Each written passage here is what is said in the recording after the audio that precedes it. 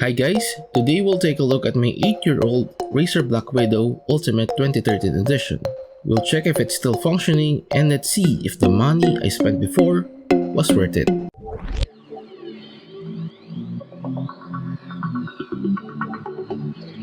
Like I said in the intro, the keyboard that we're going to check today is already 8 years old. Over the years, this was my main keyboard or my daily driver. Technically, in the past 8 years, I use it every day. But 2 years ago, I dropped the keyboard when I was cleaning my desk. And due to that incident, the keyboard obtained dent marks at the lower left and right sides. When it fell on the ground, I thought it was broken, but luckily it's not. The Razer Blackwidow is known for its thick cable.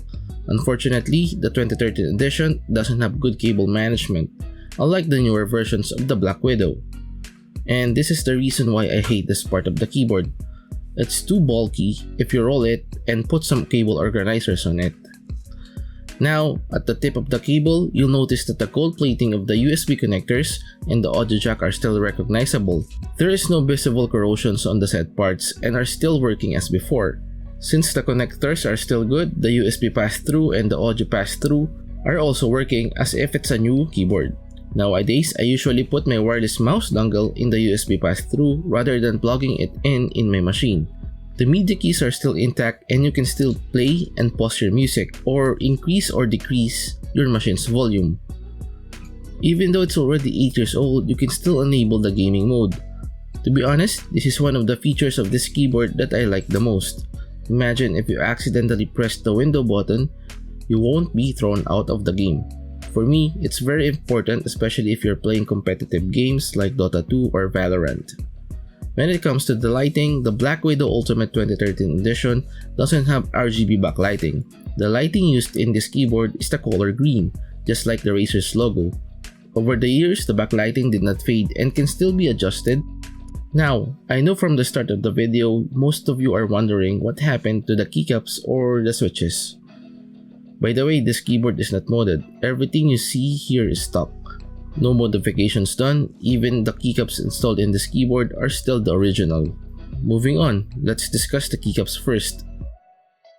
The matte black finish of each keycaps before became greasy or glossy. Though the printing is still readable, it's a bit annoying when typing.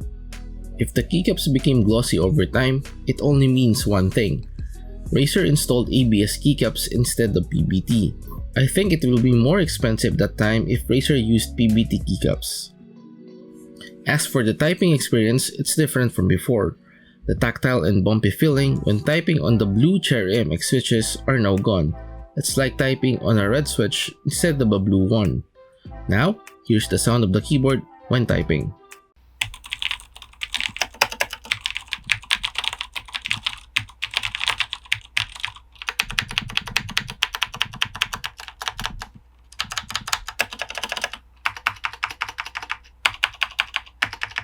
Since this is a gaming keyboard, here's a sample of it used in FPS games.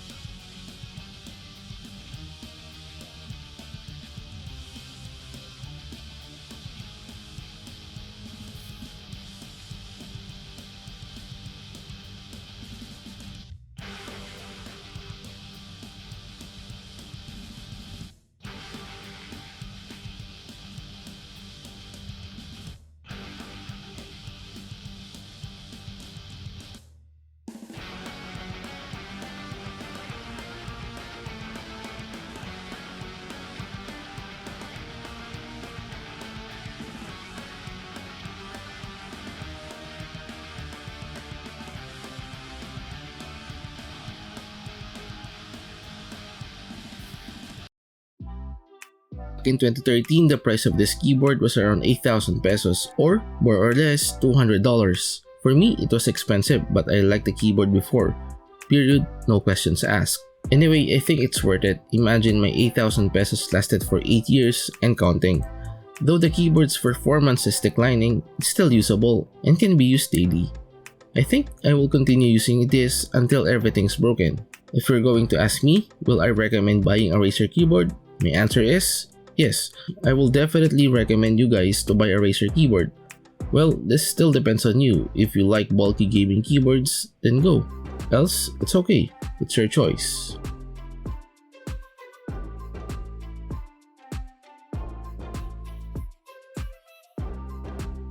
So that's it guys, we've reached the end part now. Hopefully you've enjoyed watching this video. Till our next, goodbye.